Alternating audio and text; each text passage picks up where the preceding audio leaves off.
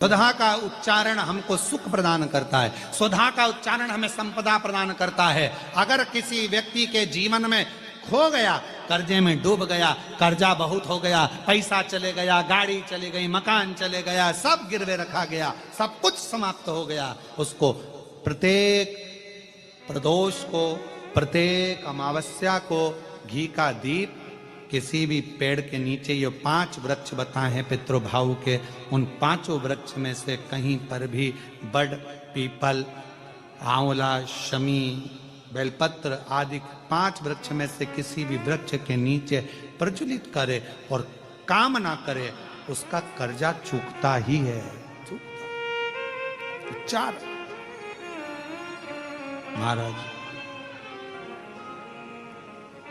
शिव का उच्चारण।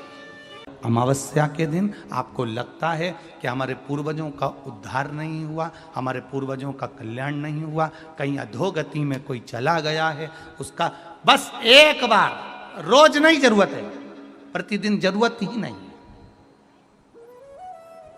महीने में एक बार अगर अमावस्या के दिन भी आपने चंदन के थोड़ा सा चंदन अगर मेरे देव अधिदेव महादेव को 7 स्थान पर समर्पित, 7 स्थान शिवलिंग के बताए हैं, जहां पर भूल से भी अगर कोई चंदन की उंगलियां लगा देता है, 7 स्थान ऐसे हैं जहां चंदन की मात्र उंगलियां लगा देने से ही शिव पितृलोक के पितरों को मुक्ति प्रदान करके वैकुंठ लोक का निवास दे देते हैं। 7 स्थान।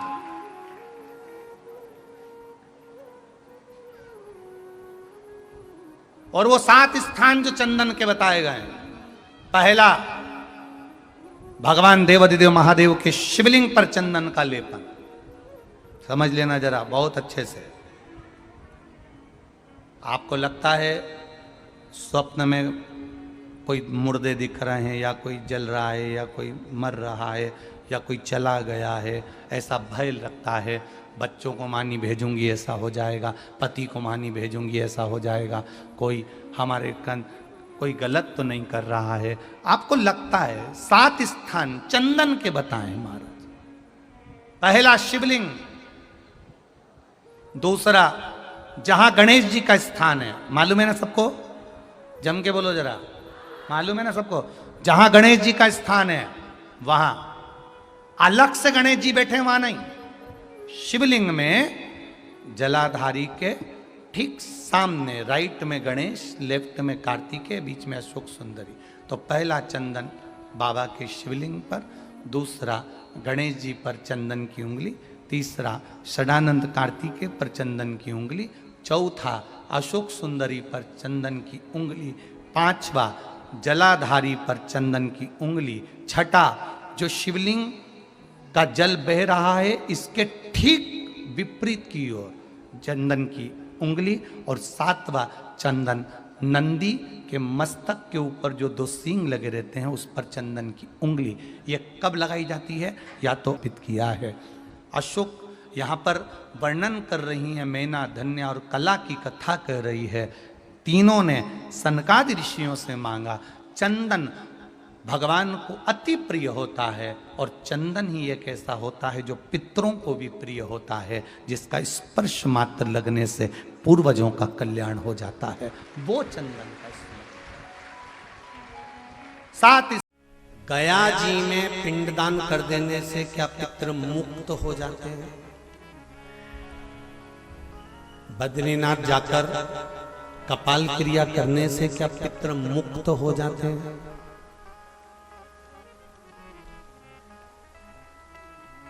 भाई,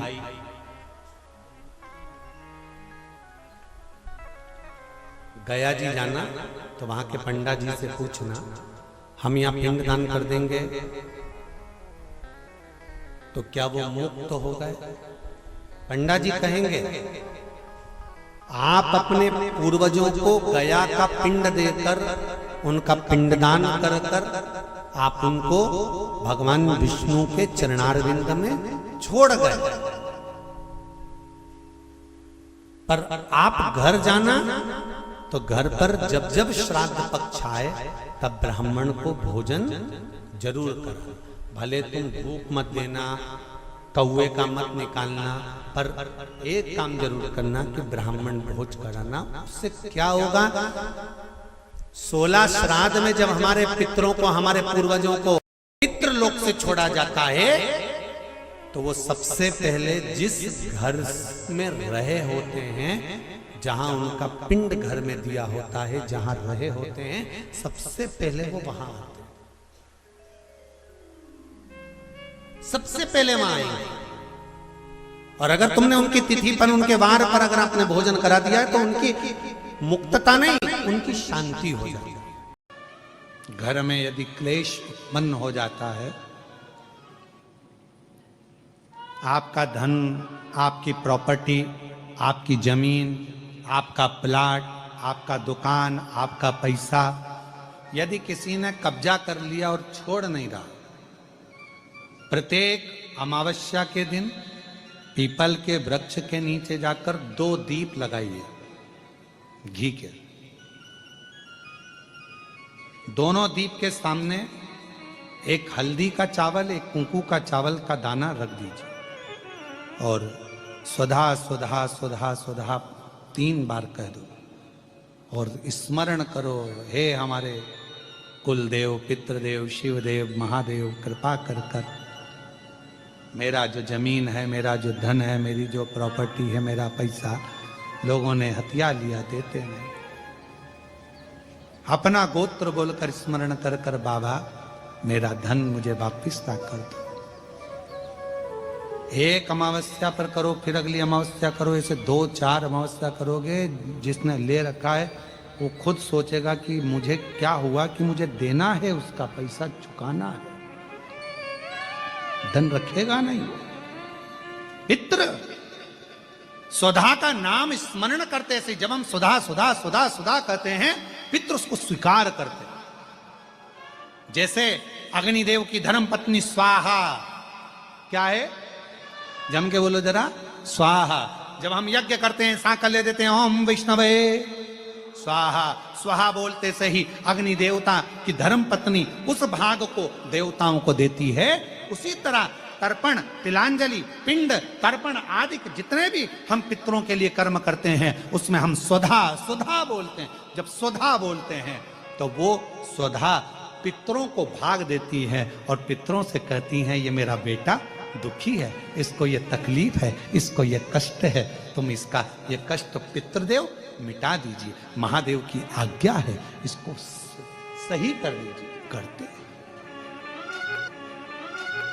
श्रेष्ठ करते। ओम जयंती मंगलाकारिणी भद्रकाली कपालिनी दुर्गा क्षमा शिवा स्वाहा स्वधा नमोस्तुते। ओम जयंती मंगलाकाली भद्रकाली कपालिनी दुर्गा क्षमा शिवा धात्री स्वाहा स्वधा नमोस्तुते। पितृदोष है, ये आपको कैसे मालूम पड़ेगा?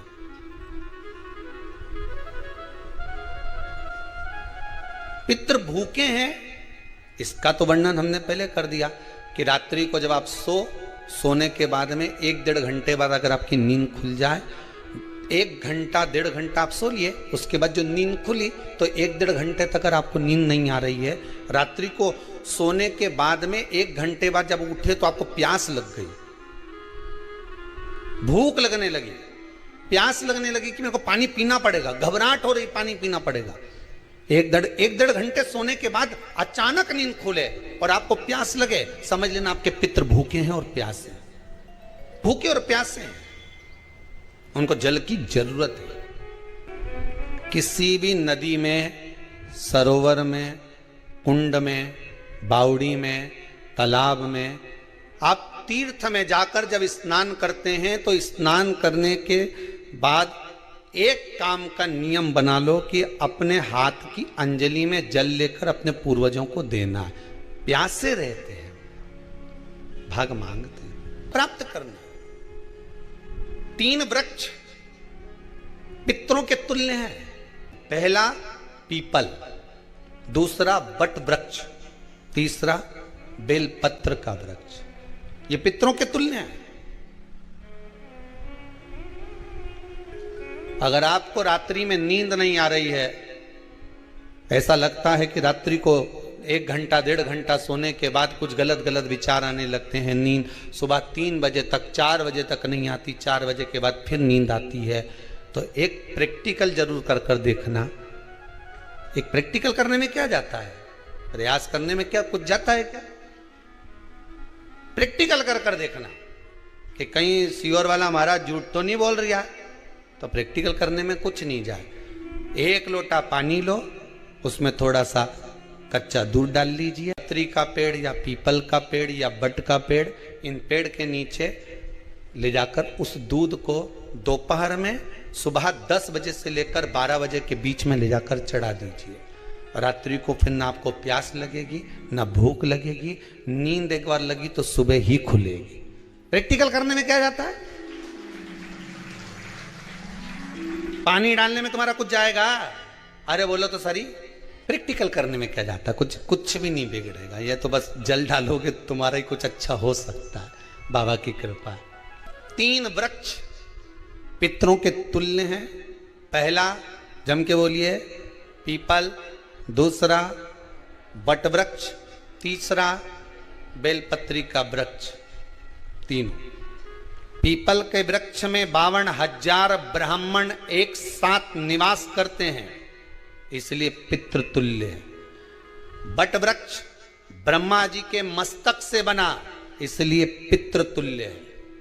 और बेलपत्री का वृक्ष माता पार्वती जी के अश्रु से बना। जब आंसू गिरे थे माता जगत जननी जगदम्बा पार्वती के, उस समय पर पितृलोक में हलचल उत्पन्न हो गई थी। हमारी नातिन की आंख में आंसू कैसे आ गए? मैनावती की पुत्री है।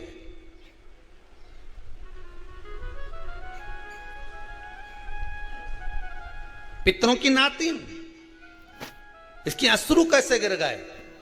पार्वती जी ने कहा ये आंसू नहीं, मेरा पुण्य भाग प्रकट करती हूं बेलपत्री के रूप में। तो पितरों ने वर दिया था कि ये बेलपत्री का वृक्ष हमारा आशीर्वाद है, इसके नीचे अगर कोई दीप लगाता है, शिव को स्पर्श कर चढ़ाता है, उसके पितरों की शांति होगी। हम स्वयं उसको आशीर्वाद देने के लिए पधारेंगे। बेलपत्र का वृक्ष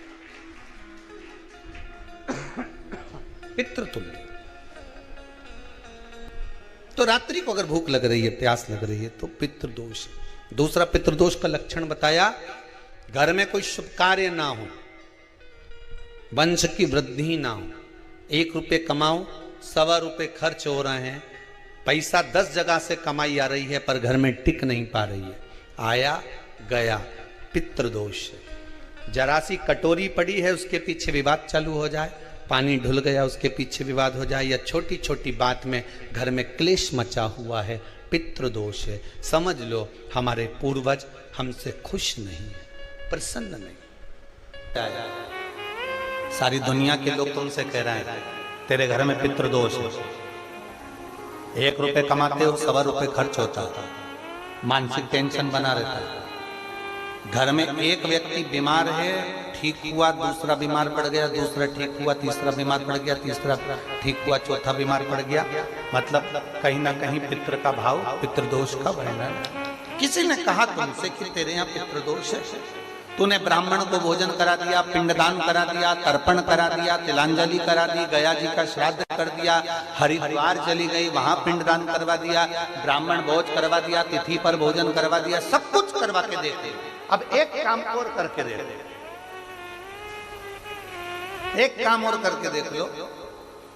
जब तुम घर में भगवान शंकर की आरती, तुम्हारे घर में शंकर जी का शिवलिंग है, भले काय का भी हो, छोटा सा, भले सियोर का कंकर शंकर हो, नर्मदा का कंकर हो, चाहे शंकर पारक के हो, पीतल के हो, स्टील के हो, लकड़ी के हो, जिसके भी हो, लोहे के हो, पाषाण के हो, जिसके भी हो, शंकर का शिवलिंग अगर हमारे घर में है और आप रोज प्रतिदिन भगवान की आरती करते हो प्रतिदिन, और आपको लग रहा है कि मेरे यहाँ तकलीफ चल रही है, ये ठीक ही नहीं हो रही, लगभग 1.5 महीना आप कम से कम 45 दिन 1.5 महीने के करीब में ऐसा प्रयास करना कि भगवान की आरती शंकर भगवान के शिवलिंग की आरती करने के बाद उस दिए को भगवान के सामने मत रखो, उस दिए को उठाकर जहां तुम पानी का मटका रखते हो, हंडा रखते हो, जिससे तुम पानी पीते हो, तुम्हारे रसोई घर में जो पानी का मटका, हंडा, बाल्टी, आरओ का पानी जिस मटके में गिरता है, हंडे में गिरता है, जिसको हमारे यहाँ पितरों का स्थान कहते हैं,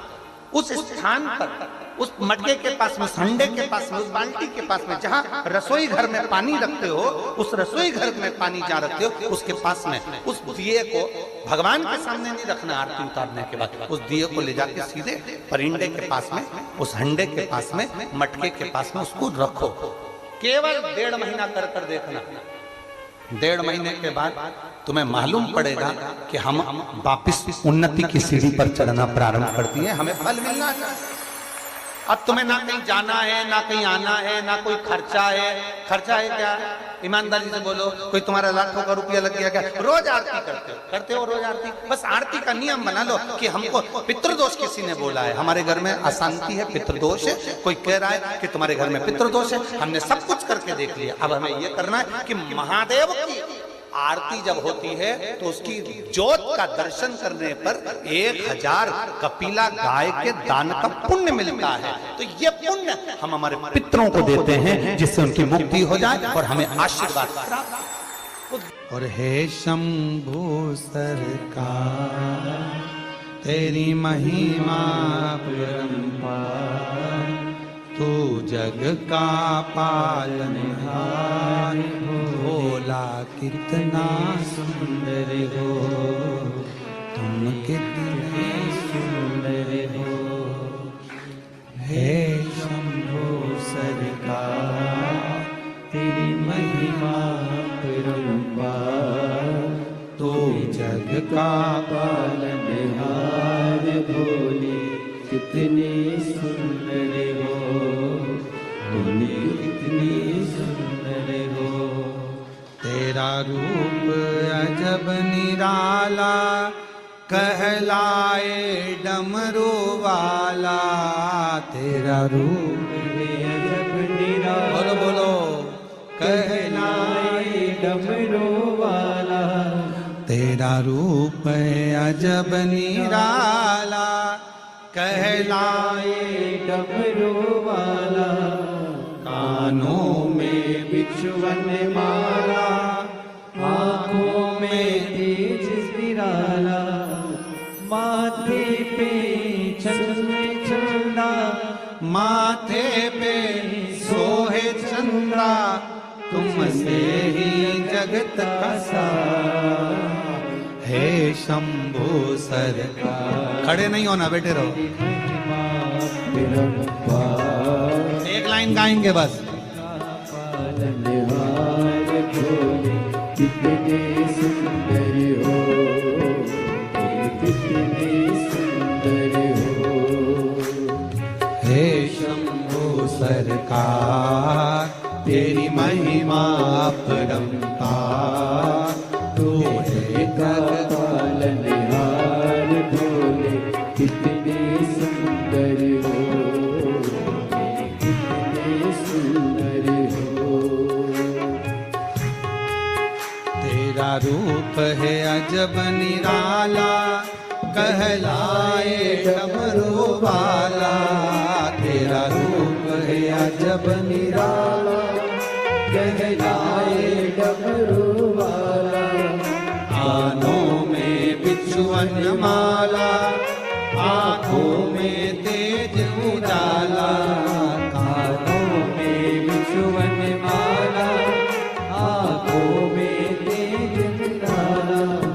माथे पे सोहे चंदा, माथे पे सोहे चंदा, तुझ जग का सार, हे शंभो सरकार तेरी महिमा परंपार, तू है जग का तार भोले कितने सुंदर हो, कितने सुंदर हो।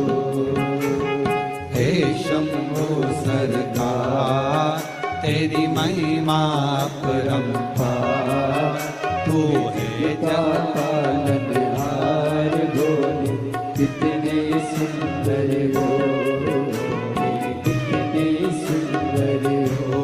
ओ भोले कितने सुंदर हो, ओ भोले कितने सुंदर। हार हार बड़े भाव से बाबा को प्रार्थना करिएगा।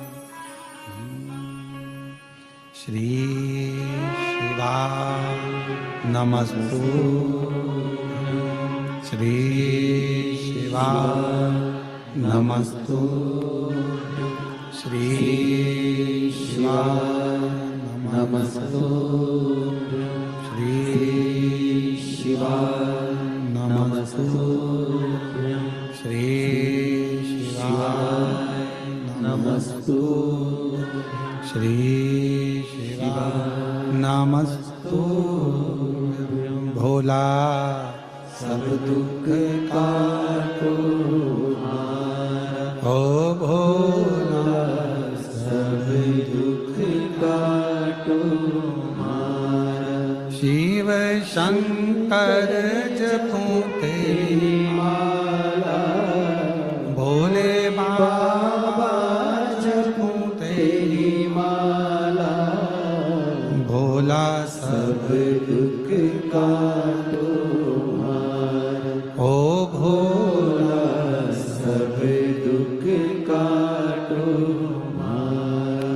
वेश है मंगल मंगलकारी, वेश है मंगल मंगलकारी, शमशान वासी हमारा, शमशान वासी हमारा। ओ भोला सब दुख काटो मारा, ओ भोला सब दुख काटो मारा।